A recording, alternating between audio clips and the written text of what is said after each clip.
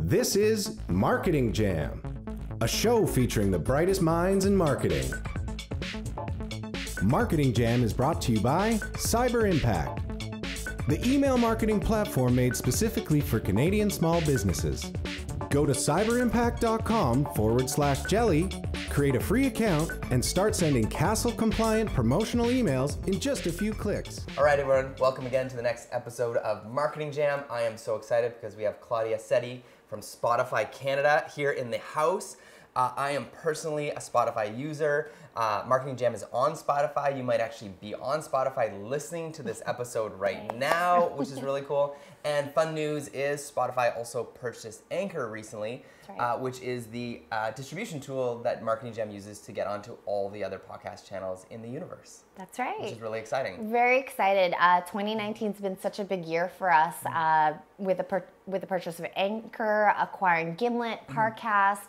We really are investing in our podcasting capabilities and very excited to grow this part of our new business. And why podcasting?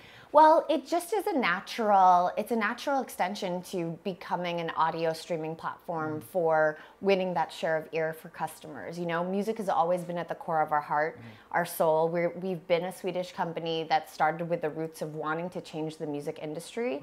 And naturally, podcasting has a great opportunity. I mean, I feel like we're with the digital age and the internet, everyone has a jukebox in their phone. And as internet just capabilities increase, podcasting allows for way more content creation, way more creators to get on board. So if you can't sing, create a podcast. Make sure you have something interesting to talk about, but at the same time, it's just getting best audio content to fans who just love stories, love audio, want to learn something, want to be informed, want to take care of their wellness. We're really excited by this new chapter, and we're definitely growing and investing in this space. So be sure to keep watching. So I'm watching the progression of what audio looks like. For me, you know, I'm going from having tape cassettes, again, this is showing my age, to CDs. Same. And then I remember my roommate Nathan Wims got an MP3 player, a Sony one, right, with the disc that went in. And then getting the little Apple device, right? Yeah, and then the iPods. Yeah, and then realizing that, like, you know, it was Songza originally, and then Google Play, and then now what I love about Spotify is that, and the reason I've kind of gone with Spotify over iTunes or these other options is that you guys curate playlists for me. It's like you've become my friend. Yes. Is that a normal thing to hear? Absolutely. I think what's the sort of the magic formula, which we've heard our fans tell us, and I think that's one of the best things about Spotify, is that for whatever reason, the community and society has entrusted us in coming to our platform, creating playlists, but also leaning into the curated playlist that we offer.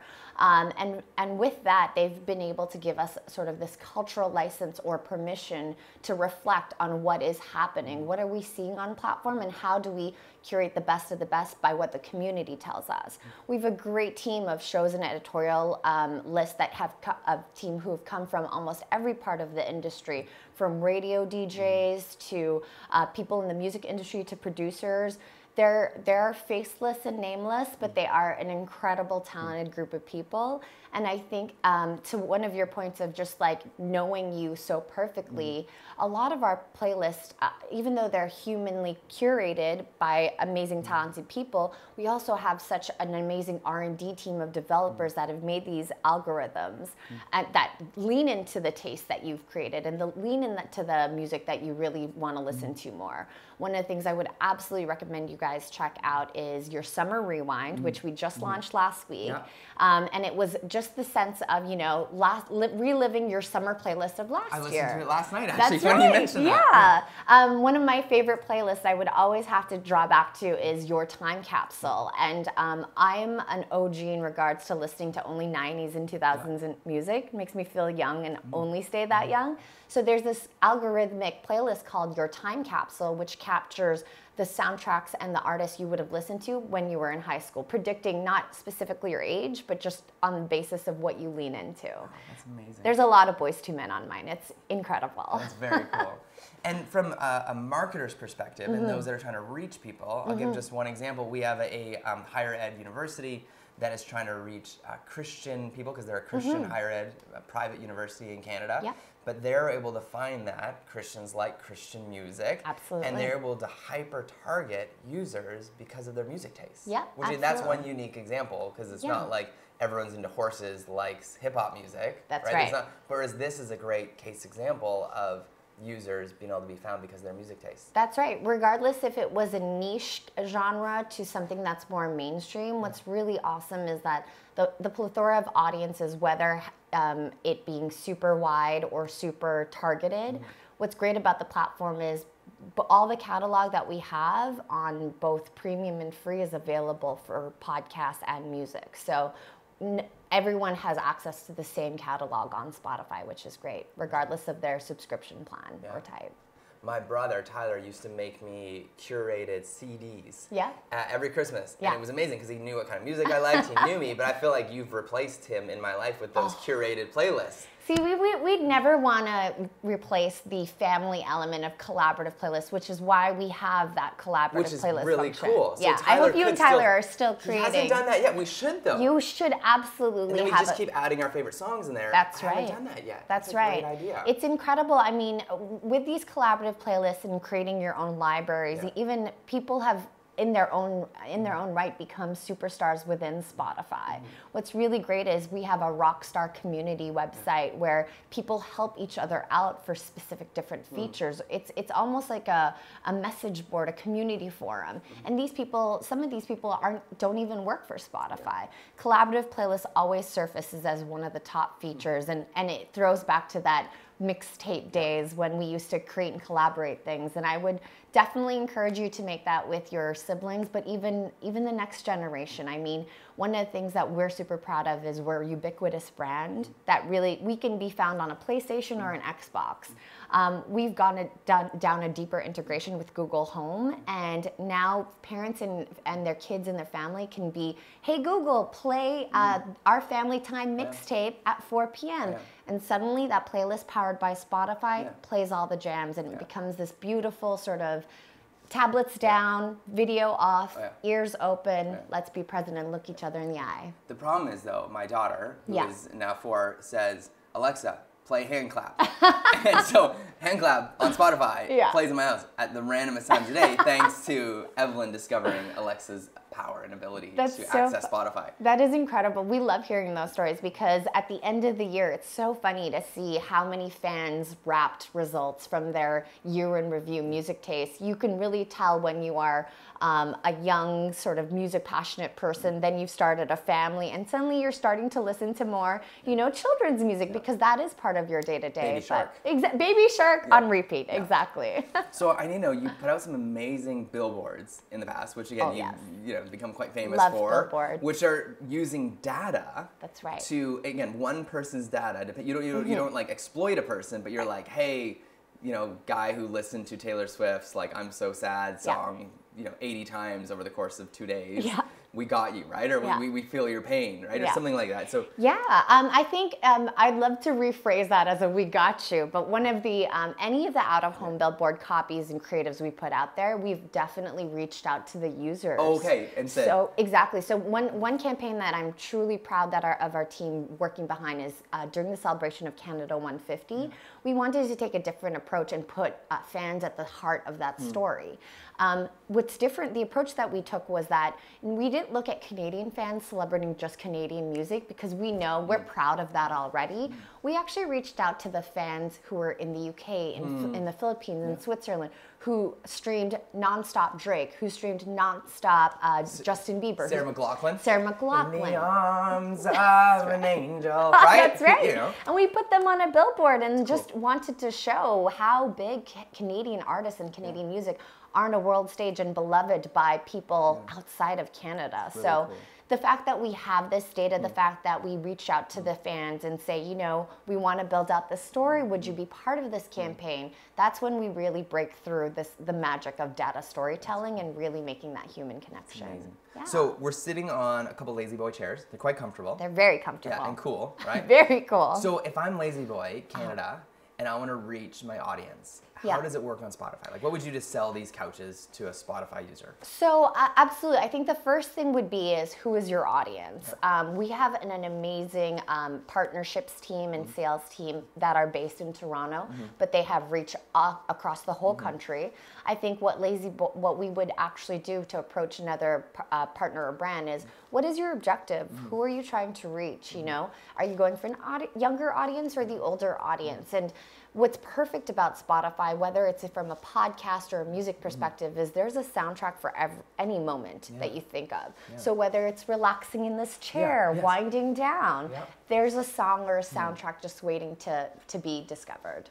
Yeah, that's really cool. And so then you can go to Spotify and be like, hey, we're trying to reach this age group, this education level, maybe, and it depends on what they listen to or what, you know. Yeah. So you go for more classical music listeners, maybe they're a higher education level, maybe. You make some assumptions.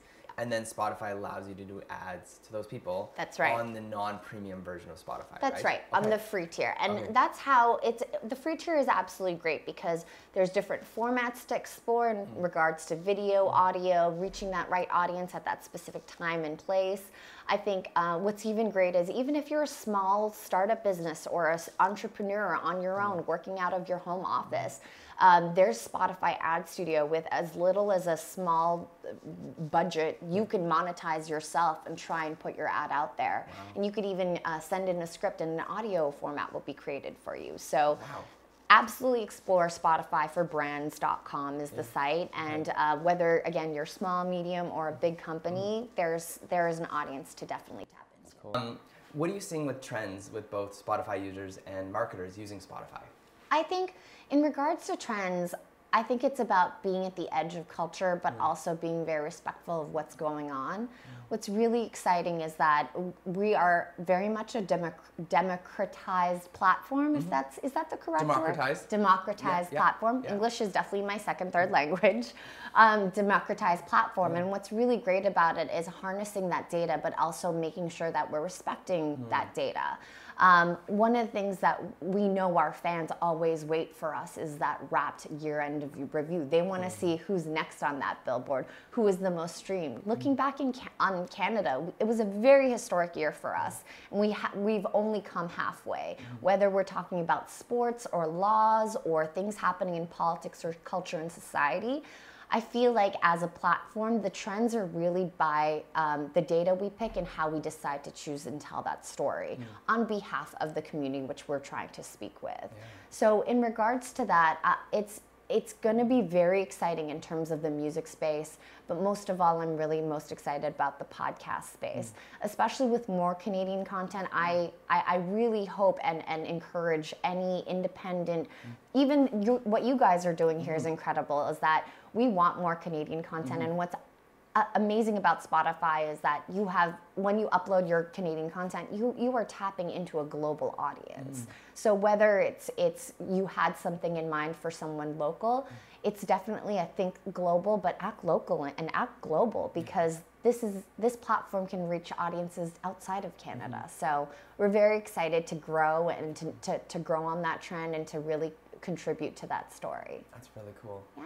So brands that are listening and marketers that are listening, what are some things that they should keep an eye out for with Spotify when it comes to advertising on Spotify or getting their clients involved with Spotify? I would absolutely, definitely, if you're a brand, speak with your agency reps or try and get in contact with SpotifyForBrands.com. All the right information should absolutely be there.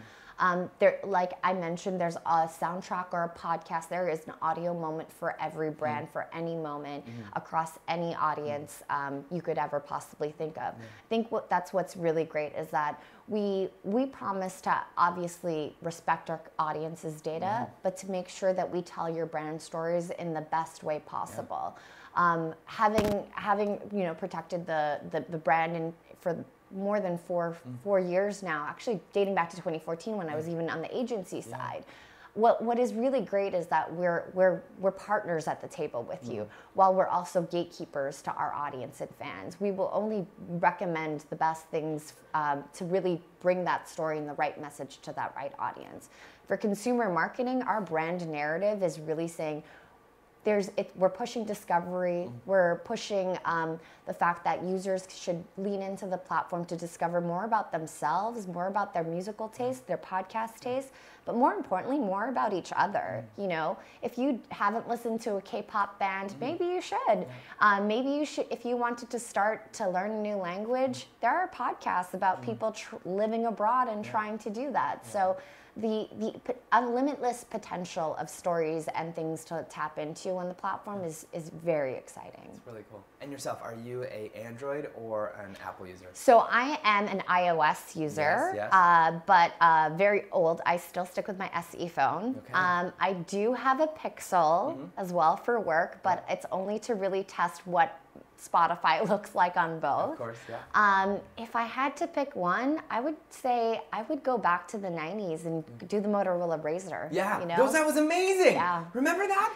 Yes. Answering a call just that's yeah. right. It felt like it was almost Matrixy. If you remember the first right. Matrix when you had the slider phone? Yeah. That was cool. I wish we could bring that back. I hope some tech company is listening out there and going to create a flip phone for us. Yeah, that would be great. The one thing I would say, again, that just differentiates our brand from others is that we are very committed to just investing and getting the right content and getting the right product features out there into the market.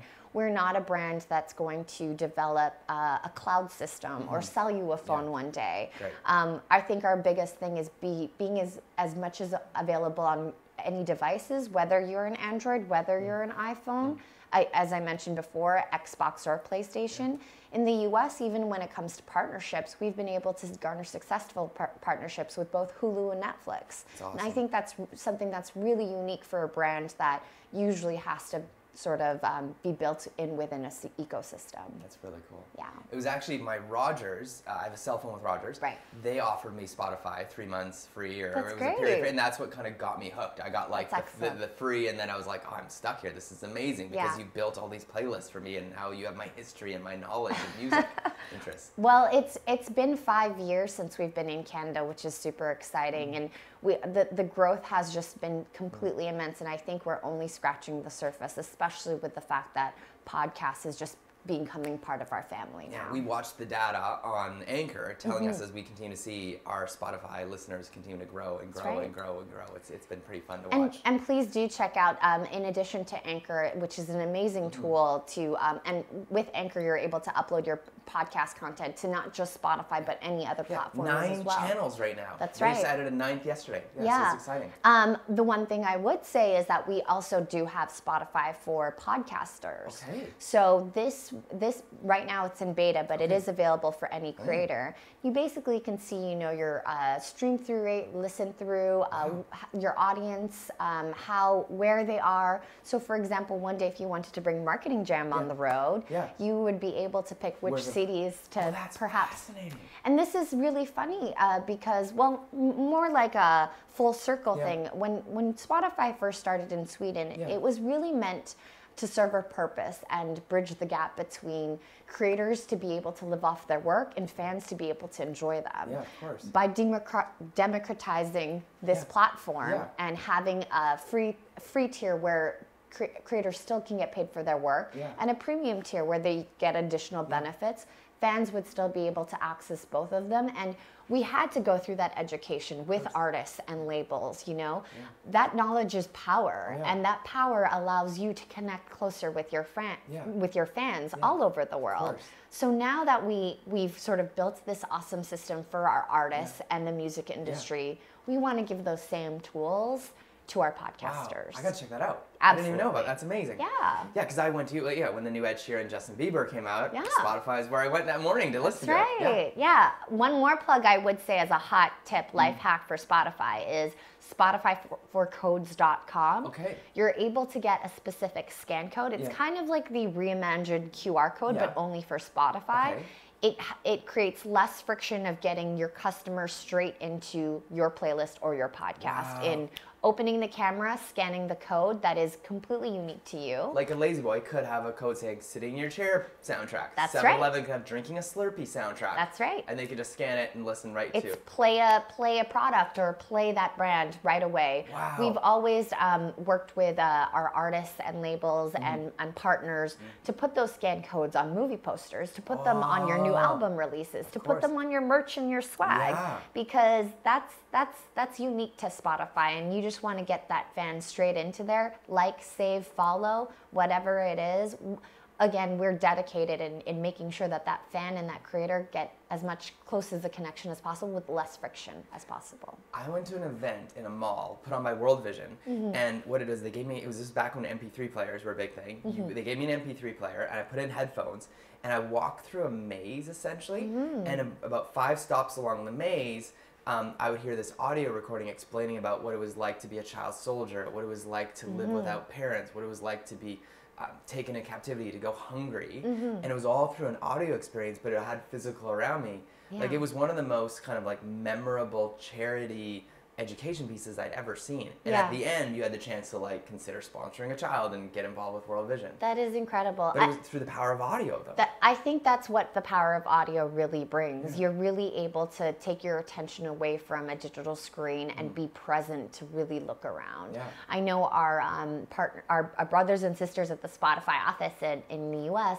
have started talking to different museums and exhibitions, especially in Washington, D.C. It's a perfect layer of storytelling that is just waiting for creators to, put their own spin on it. And without worrying about the hardware. That's right. Because I think that was one of the concerns with World Vision is like, will they get the hardware back, or will it break, or will it malfunction? That's right. And do people want to put in random people's earphones? Yeah. But if you have your own earphones, your own phone, it makes sense. Yeah. Except for all the pinging of texts. That's right. Yeah. You gotta do not disturb that. Yeah, do not disturb. Yeah, you put the little moon on, right? If you're on an iOS. Yeah. So I know you can't. It's like, who's your favorite child? But like, do you have a favorite podcast right now, or one that you'd recommend? I have a few. Okay. The first one I would definitely start with is one called "Call Your Girlfriend." Okay. Having lived and grown up in different countries, and just making families in new different places, including Tsawwassen. Including Tsawwassen, where we're both from, which is incredible. Small world.